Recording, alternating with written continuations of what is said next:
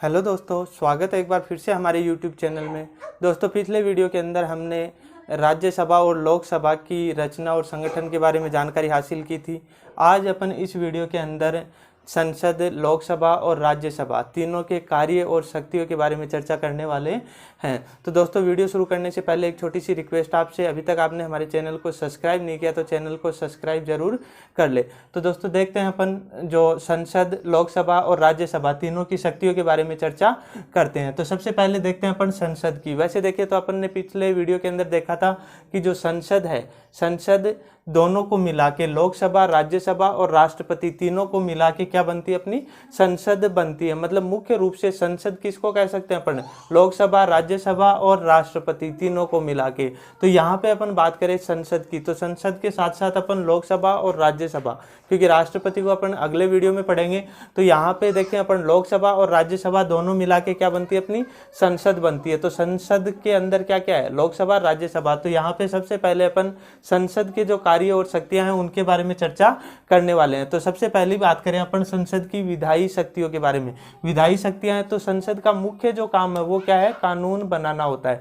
मतलब संसद का सबसे बड़ा काम यही है कि कानून बनाना और उसको लागू करना। तो सबसे पहला जो काम है वो क्या है, कानून बनाना। किस पे, संघीय सूची पे और समवर्ती सूची पे, दोनों पे कानून बनाने का अधिकार होता है किसको, संसद को। उसके अलावा देखो जो समवर्ती सूची है उस पे और भी कानून बना सकते हैं। एक तो संघीय संसद और राज्य विधानमंडल, ये दोनों के दोनों कानून बना सकते हैं। मतलब जो समवर्ती सूची है उस पे संघीय संसद और राज्य विधानमंडल दोनों के दोनों क्या कर सकते हैं, कानून बना सकते हैं। लेकिन अगर दोनों में कहीं पे भी विरोधाभास हो सकता है तो उस समय में जो संसद द्वारा जो कानून बनाया जाता है वो ही क्या होता है, मान्य होता है। मतलब जो संसद का जो कानून बनाया हुआ होगा वो ही क्या होगा, मान्य होगा। उसके बाद देखो संविधान में संशोधन की शक्ति की। संविधान में संशोधन कौन कर सकता है, तो संविधान में संशोधन का मुख्य जो कारक है या फिर जो करने वाला है वो कौन है, संसद है। मतलब संविधान में संशोधन सिर्फ और सिर्फ कौन कर सकती है, संसद कर सकती है।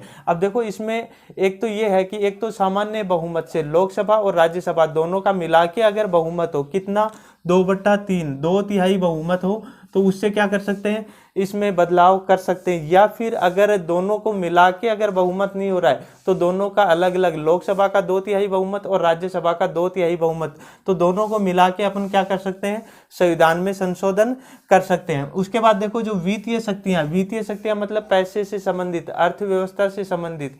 तो जो संसद के पास जो सबसे मुख्य शक्ति है वो क्या है, वित्तीय शक्ति के रूप में, कि जो हर साल अपन देखते हैं आय व्यय का लेखा जोखा, अर्थात बजट जो पारित होता है, वित्त मंत्री के द्वारा बजट जो पारित किया जाता है वो क्या है, उसका प्रस्ताव संसद में भेजा जाता है और संसद की अनुमति के बाद बजट है वो पारित किया जाता है। मतलब जो बजट है वो लागू करने का काम कौन करता है, संसद करती है। उसके बाद देखो जो प्रशासनिक शक्तियां हैं, प्रशासनिक शक्तियों में देखो जो संघीय कार्यपालिका है, कार्यपालिका के बारे में अपन अगले वीडियो के अंदर पढ़ेंगे। तो कार्यपालिका है, कार्यपालिका का मतलब मंत्रिमंडल। अपन ने पिछले वीडियो के अंदर चर्चा की थी कि मंत्रिमंडल में कौन कौन होता है, कार्यपालिका, मंत्रिमंडल दोनों एक ही बात है।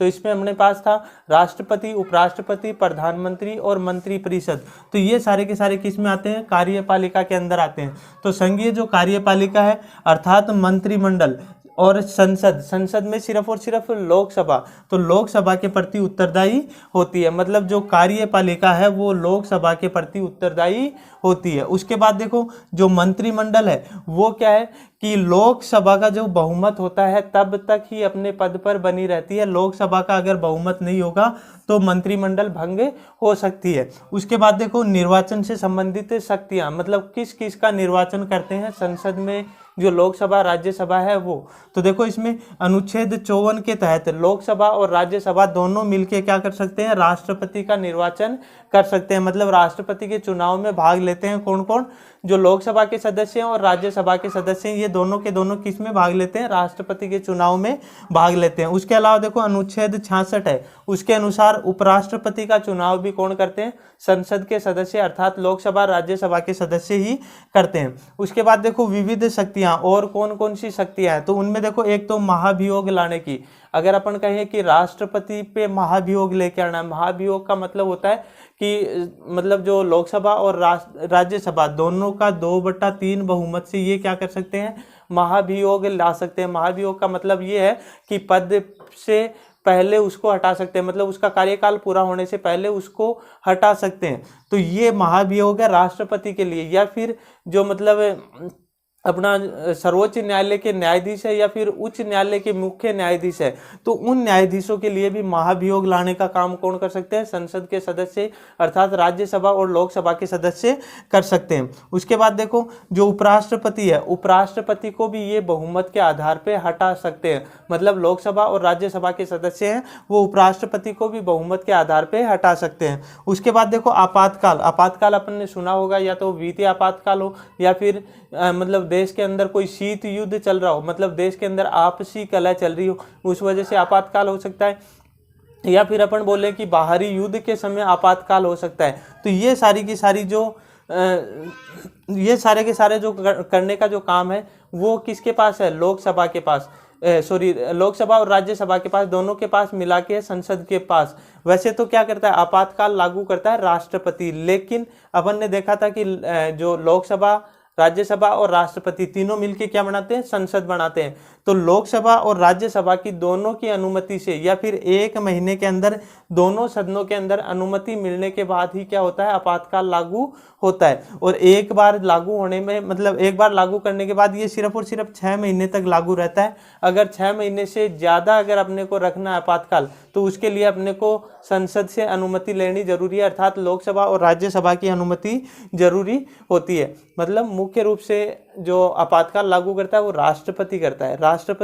राष्ट्रपति मतलब लोकसभा और राज्यसभा दोनों के सदस्यों की सहमति से, और एक बार में 6 महीने के लिए लागू कर सकता है। दोबारा अगर लागू करना हो तो उसको मतलब संसद की अनुमति लेनी जरूरी होती है। तो ये मुख्य रूप से क्या होगी, अपनी संसद की शक्तियां होगी। देखो अभी इन तीनों में कुछ सिमिलरिटीज है, क्योंकि देखो संसद है वो क्या है, लोकसभा प्लस राज्यसभा है। तो यहाँ पे जो सारी है इन दोनों की मिक्स की हुई। अब अपन इन दोनों की अलग अलग पढ़ते हैं। पहले लोकसभा की, तो लोकसभा की देखें, अपन ने देखा था कि लोकसभा क्या करती है, लोकसभा राज्यसभा दोनों कानून बनाने का काम करती है। तो लोकसभा भी करती है, राज्यसभा भी करती है, दोनों मिला के संसद भी करती है। तो देखो बात करते हैं अपन लोकसभा की। तो लोकसभा कौन कौन से पे कानून बनाती है, संघ सूची पे, समवर्ती सूची पे, कुछ अवशिष्ट विषय हैं, और कुछ कंडीशन ऐसी होती हैं जिनमें राज्य सूची के विषयों पर भी लोकसभा कानून बना सकती है। उसके बाद देखो जो संशोधन का विधेयक है वो क्या है, लोकसभा और राज्यसभा में पारित, पहले लोकसभा में पारित होता है फिर राज्यसभा में, और दोनों की अनुमति के बाद राष्ट्रपति क्या करता है, हस्ताक्षर करता है। मतलब अपन देखते हैं कि संविधान के अंदर कोई भी संशोधन करना हो तो संशोधन की पहली प्रोसेस ये है कि जो अपना प्रस्ताव है वो पहले लोकसभा में पारित होना चाहिए, लोकसभा के बाद में राज्यसभा में, राज्यसभा में पारित होने के बाद राष्ट्रपति के पास जाता है। राष्ट्रपति जब हस्ताक्षर कर देता है तो उसके बाद क्या होता है कि कोई भी संशोधन है वो मतलब स्वीकार कर लिया जाता है। उसके बाद देखो अपनी जो दूसरी है मतलब संविधान में संशोधन, तो इसमें अपन ने पिछले इसमें देख ही लिया था कि संविधान में अधिकांश संशोधन है वो कौन कर सकती है, संसद कर सकती है, ये अनुच्छेद 368 के अनुसार। उसके बाद देखो वित्तीय शक्तियों में, तो वित्तीय शक्तियां इसमें तो देखा था अपन ने पास कि जो आय व्यय का लेखा जोखा है वो मतलब जारी करने का काम करती है। उसके बाद देखो इसमें कि जो सारी की सारी जो वित्तीय शक्तियां हैं वो किसके पास है, लोकसभा के पास है। मतलब जो लोकसभा है उसके पास ही है वित्तीय शक्तियां सारी की सारी, क्योंकि क्या करेगा वित्त मंत्री जो आय व्यय का लेखा जोखा अर्थात बजट है वो पारित करेगा कहाँ पे, लोकसभा में, और लोकसभा अगर उसको पास कर देगी तो क्या हो जाएगा, वो बजट पारित हो जाएगा। तो उसके बाद देखो सारी की सारी जो शक्तियां हैं वित्तीय शक्तियां वो किसके पास है, लोकसभा के पास। उसके बाद देखो जो अनुच्छेद 109 के तहत कहा गया है कि कोई भी विधेयक धन विधेयक है या नहीं है, तो ये सिर्फ और सिर्फ कौन निर्धारित करता है, लोकसभा निर्धारित करती है। उसके बाद देखो कि अगर कोई धन विधेयक हो तो वो पहले कहाँ जाता है, लोकसभा में जाता है, या फिर लोकसभा के द्वारा तैयार किया जाता है, लोकसभा के बाद राज्यसभा में जाता है। अब देखो जो राज्यसभा में भेजने के बाद उसमें राज्यसभा को 14 दिन के अंदर जवाब देना जरूरी होता है। मतलब उसमें अपनी कोई राय हो वो दे सकती है, या फिर और कोई भी उसमें सुझाव हो तो वो दे सकते हैं। लेकिन अगर 14 दिन में अगर जवाब नहीं दिया तो ये क्या करेगी, लोकसभा स्वतः ही उसको वापस से लागू कर देगी। या फिर अगर 14 दिन के अंदर सुझाव कुछ दिया है लोकसभा लोकसभा को, तो लोकसभा पे डिपेंड करता है कि वो उनके सुझाव को माने या नहीं माने। मतलब मुख्य रूप से जो शक्तियां हैं वो किसके पास है, लोकसभा के पास है। राज्यसभा के पास कोई भी प्रकार की शक्तियां नहीं है, सुझाव दे सकती है, मानना नहीं मानना लोकसभा पे डिपेंड करता है। उसके बाद देखो ये जो कार्यपालिका पे नियंत्रण की शक्ति है वो सारी की सारी अपनी यही है कि कार्यपालिका क्या है लोकसभा के प्रति उत्तरदायी होती है। उसके बाद देखो जो निर्वाचन संबंधी शक्ति है वो भी सारी की सारी कौन सी है, ये कि ये ही है अपनी, उनमें मतलब कोई चेंज नहीं है। उसके बाद देखो अगला आता है अपना राज्यसभा।